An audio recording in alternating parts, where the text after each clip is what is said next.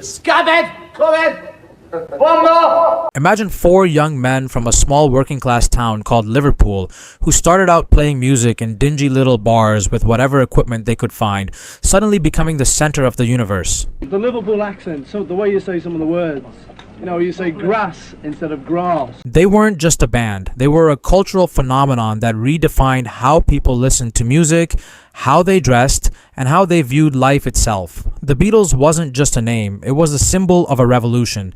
The voice of a generation desperate to be free, bold, and different. Their songs became the soundtrack to the lives of millions around the globe. But beneath the beautiful harmonies we all heard, a tension was quietly brewing, completely unnoticed by the world. From the outside, the Beatles seemed like the perfect band. They were funny, tight-knit, and every new release was a guaranteed hit. Good evening, viewers. How are you today? Yet behind the massive stages and the smiles they flashed for the cameras, there was an invisible exhaustion. The crushing pressure, the relentless schedules, and the ever-mounting expectations began to poison their relationships with one another. What used to feel like a thrilling adventure had mutated into an unbearable burden. Four men who once shared the exact same dream were now marching to the beat of different drums. The Beatles were often described as four planets revolving in a single solar system. For years, they stayed together, held by the exact same gravity, the music, and the dream they shared from the very beginning.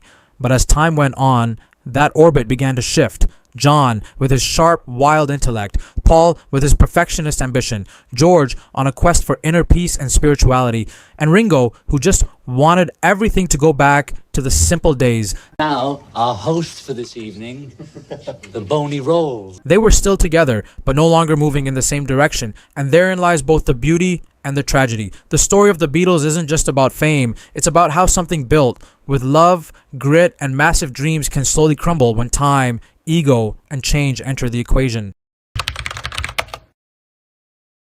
Behind the monumental success of the Beatles stood two central pillars, John Lennon and Paul McCartney. Two incredibly strong personalities, yet fundamentally opposed in how they thought and created. John was spontaneous, sharp, and unfiltered. He wrote from a place of raw honesty, often dark and deeply personal. Meanwhile, Paul was his exact opposite, a perfectionist, highly structured, and blessed with an uncanny instinct for melodies that captured the ear.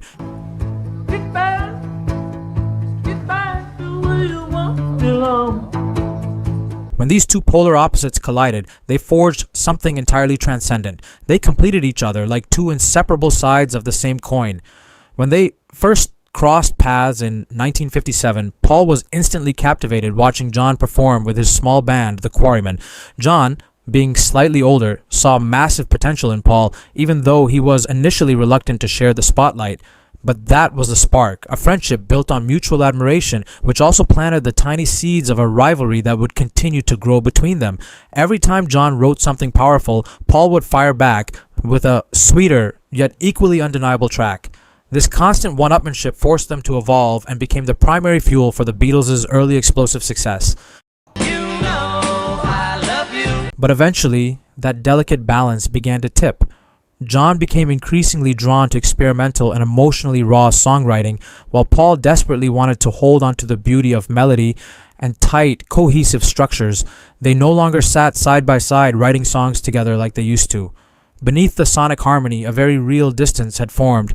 Paul felt compelled to steer the band's musical direction to maintain their standard, while John began to feel suffocated, losing the absolute freedom to fully express himself. Yeah. You must be pleased with what Paul's doing now, John. I'm pleased that everybody's doing well, you know. Yeah. I'm more pleased that Ringo's doing well, you know, that he's got himself a good niche. Because I knew Paul would be all right. What the hell am I worried about him? You know, I know he's going to be all right. This tension slowly began to suffocate the other members as well. George Harrison, who was maturing into a brilliant songwriter with tracks like Something and Here Comes the Sun, often felt completely ignored. Every time he brought an idea to the table, it was frequently dismissed or shoved aside by the overpowering Lennon-McCartney duo. Ringo Starr, the typically easygoing drummer, also felt trapped in the crossfire of two massive egos battling for the throne. Beneath this incredible surge of creativity, each member was secretly carving out their own path. As mentioned earlier, John Lennon, for instance, became obsessed with the experimental and the introspective. He began writing songs that mirrored his deepest inner turmoil, more raw, darker, and deeply philosophical. A track like Tomorrow Never Knows proved just how far John was willing to shatter the boundaries of pop music. He no longer cared about the formula. He wanted to talk about consciousness, existence, and concepts that were once considered far too bizarre for a pop song. Meanwhile, Paul McCartney viewed this shift through a completely different lens. He wanted the Beatles to remain harmonious and universally loved, but with a highly artistic edge. This birthed grandiose concepts like the Sgt. Pepper's Lonely Hearts Club Band album, where Paul took the reins in forging a totally new, theatrical, majestic, and meticulously detailed musical direction. 20 years ago today, Sgt. Pepper taught the band. Yet, during this process, it became painfully obvious that Paul was seizing far more creative control than the rest. His intentions weren't malicious, but his relentless perfectionism frequently left the others feeling marginalized and cast into the shadows. Then, on another front, George Harrison began searching for a deeper spiritual truth. He was completely burnt out by the endless studio routines and a level of fame that felt utterly hollow. His collision with Eastern culture and Indian music triggered a profound baton journey of self-discovery. George began weaving the sitar into the very fabric of the Beatles' sound in masterpieces like Within You, Without You.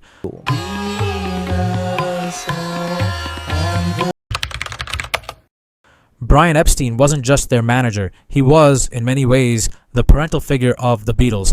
He was the man who crafted their image, managed the grueling tour schedules, and acted as the ultimate peacemaker between four rapidly inflating egos. But everything collapsed in 1967 when Brian died suddenly from a tragic overdose of sedatives.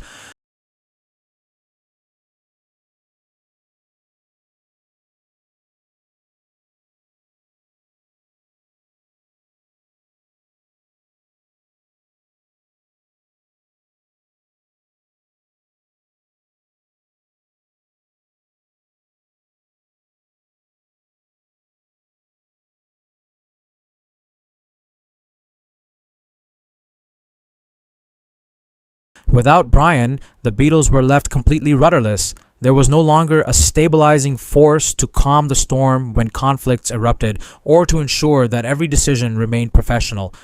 John began to visibly lose focus, entirely trapped in an existential search for meaning. Paul desperately tried to seize control, but his dominance only fanned the flames of tension. Meanwhile, George and Ringo felt more alienated than ever. By the late 1960s, John Lennon was showing signs of absolute burnout with the daily grind of the Beatles. He felt he had lost his direction and purpose making music with the band he once loved so deeply. In the midst of this soul-searching, Yoko Ono entered the picture, an avant-garde artist who completely shattered John's perspective on art, absolute freedom, and his own identity. But Yoko's constant presence in the recording studio completely upended the band's dynamic. The Beatles had always been fiercely protective of their private affairs inside their workspace. Now, Yoko was glued to John's side during every single recording session. To Paul, George, and Ringo, this felt deeply intrusive. Not because they inherently hated Yoko, but because the sacred space that once felt like a shared brotherhood now felt entirely foreign. Who knows, Yoko?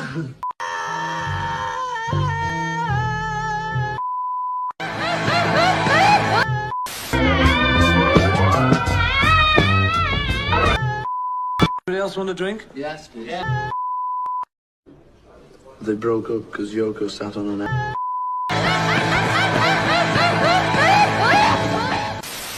Yeah, well, that's why I'm talking to John, not you.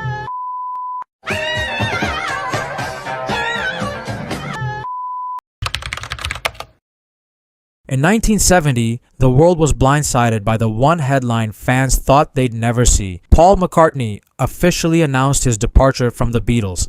That statement didn't just mark the death of a legendary band, it ripped open all the deep-seated wounds between them.